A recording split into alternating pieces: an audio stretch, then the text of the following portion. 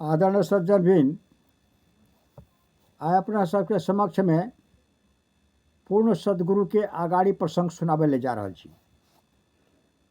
कवि साहब कहै छै, डूबा अवघट न तरे, मोही अंदेशा होय, लोभ नदी की धार में कहाँ पड़ो नर सोय। बिना सदगुरु उपदेश सुर नर मुनि नहीं निस्तरे, ब्रह्मा विष्णु महेश और अकल शिव जीव को गिने। तो आदरणीय सज्जनबिन, आइ अपना सबके समक्ष में पूर्ण सदगुरु के आगाड़ी प्रसंग सुनाबे ले जा रहल छी। वेद ग्रंथ गुरु के दुकान छी, जेकर द्वारा संसार सागर से पार भै सकै छी।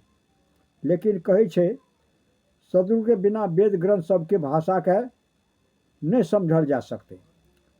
हर समय परमात्मा मानव रूप में अर्थात सदगुरु के रूप में आबै छै तथा मानव जाति के सत्यता के ज्ञान कराबै छै।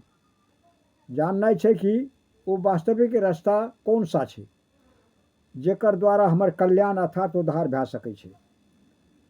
वो परमात्मा के जाने के लिए जरूरत है एक पूर्ण संत सदगुरु के।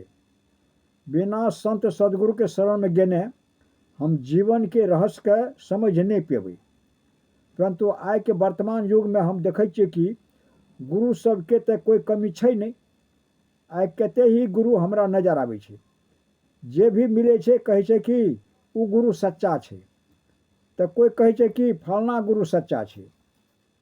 एक बेर एक स्थान पर एक कथावाचक कथा कर रहल छले रहे।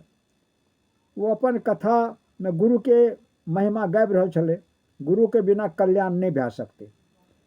जीवन के सफलता चाहत होय तो गुरु के धारण करना जरूरी है। परंतु आज के समय में सच्चा गुरु के प्राप्ति होना मुश्किल है। इसलिए हनुमान जी का ही अपना गुरु मान लियो। यदि हम हनुमान जी के गुरु मान लिए तो जीवन के कल्याण भै जेते। परंतु विचारणीय बात है कि हनुमान जी त्रेता युग में भेले और त्रेता युग के बाद भी परमात्मा अवतार लेलकै। भगवान श्री कृष्ण एले, आदि शंकराचार्य जी एले, अनेकों संत सदगुरु द्वापर कलयुग में भेल छै। उ किया भेले कि ओहि समय हनुमान जी के प्राप्ति गुरु के रूप में नहीं भै सकै छलै। यह छै आइ के कथा करे वाला सबके अज्ञानता। जे ई तो जानै छै नहीं कि गुरु के पहचान की छी, कोन तरह हम गुरु के पहचान सकै छी, बल्कि अपन कमी के छिपावे के लिए अनेकों एहन उदाहरण दे मनुष्य के भ्रमित करैत रहै छै।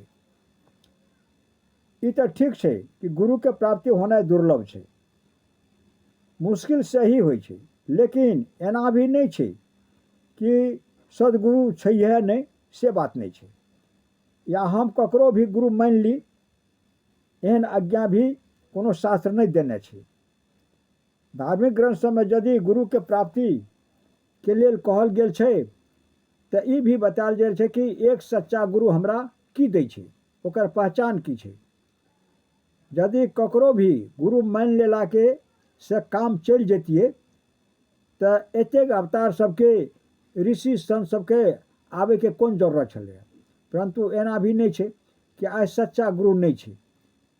एहन समय एहि पृथ्वी पर कहियो भी नहीं रहल हेतै जबकि पूर्ण सदगुरु एहि धरती पर नहीं रहल हुए। तो आदरणीय सज्जनबिन, कवि साहब कहे छे, आग लगी आकाश में झरझर गिरे अंगार, संत न होते संसार में तो जल मरता संसार। तो आइ अपने सबके पूर्ण सदगुरु के ऊपर में चर्चा सुनलिए। एकरा विवेक करबे, विचार करबे, हृदयागमन करबे, आचरण व्यवहार में उतारबे, तबे हमर मानव जीवन पावे के सार्थकता हेतै। एहिमे जे त्रुटि भेल छै एकरा लेल क्षमा प्रार्थी छी कहैत हुए हम अपन वाणी उठा विराम दै छी। जय गुरु महाराज, जय गुरु महाराज, जय गुरु महाराज।